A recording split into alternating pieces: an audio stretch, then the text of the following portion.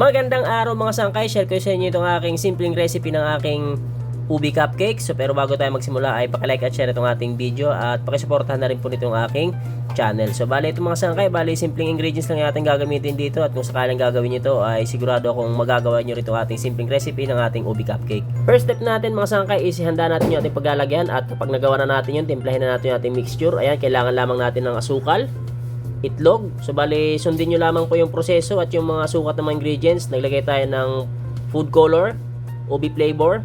So bali sa ubi flavor, kahit anong brand po ng ubi flavor ay pwede nyo pong gamitin. Naglagay tayo ng yeast, sunod ay asin at powder milk. So bali yung ating mga ingredients mga sangkay, double check nyo ha, yung mga ilalagay, yung mga sukat. Sunod ay naglagay tayo ng mantika, 3/4 cup at tubig.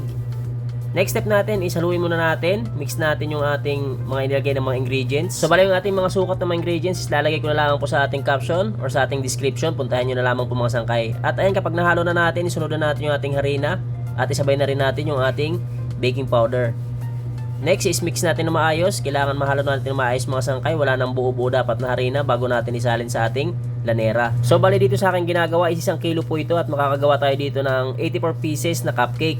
So bali kung sakaling kayo gagawa nito para pang merienda lamang ay pwede nyo pong hatiin mga sangkay para makagawa kayo ng kalahating kilo or 40 pieces na cupcake, 42 pieces. So bali inuulit ko, 1 kilo ito mga sangkay at makakagawa ko dito ng 84 pieces. At ito mga sangkay, bali gumamit ako ng cups sa pagsalin ng ating mixture dito sa ating lanera. Sa pagsalin naman ng ating mixture dito sa ating lanera is kung sakaling meron kayong ibang pamamaraan ay pwede nyo po yung gamitin. Basta ang importante ay may lagay nyo po ng maayos ang inyong mixture dito sa ating lanera. Dapat sa punto na to mga sangkay is nag-iinit na tayo ng ating oven para pag natapos na natin may lagay yung ating mixture dito sa ating lanera ay pwede na kagad natin isalang. So yun, bali paalala lang mga sangkay, kung sakaling gagawin nyo to para pang negosyo ay wag na wag nyo pong kakalimutan mag-costing.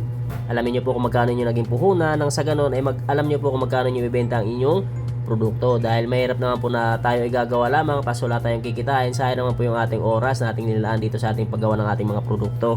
At pagkatapos ko nga mailagay sa lanera is naglagay po ako ng keso bilang palamuti po mga sangkay bago ko isalang. So bali option na lamang po yan mga sangkay kung sakaling ano gusto nyo ilagay sa babaw nitong ating cupcake. At eto na nga, sisimulan ko ng pagsalang nitong ating ubi cupcake. So bali yung init ng aking oven dyan is 180 degrees Celsius at gagamit ako ng malakas na apoy. So bali sa pagluto ko ng cupcake mga sangkay is kapag umumbok na po ito ating cupcake ay hihinaan ko na po yung apoy ng aking oven. At eto na nga, bali niluto ko lamang ng 16 minutes itong ating ubi cupcake. So bali palalamigin po muna bago ko i-display. At eto na po yung ating finished product ng ating ubi cupcake. So ayan, bali malamig na, ready na po para ibenta. Kung nagustuhan mo ang video na to ay huwag kalimutan mag-like at share ng ating video at pakisuportahan na rin po ng aking channel. At eto na yung ating finished product mga sangkay. So ayan, simpleng ingredients lamang yung ating mga ginamit. Sana kapag ginawa nyo itong ating recipe ay magawa nyo rin ng maayos. Ayan, napakalambot po ng ating cupcake. At hanggang dito na lamang po yung aking video. Thank you for watching. See you on my next video.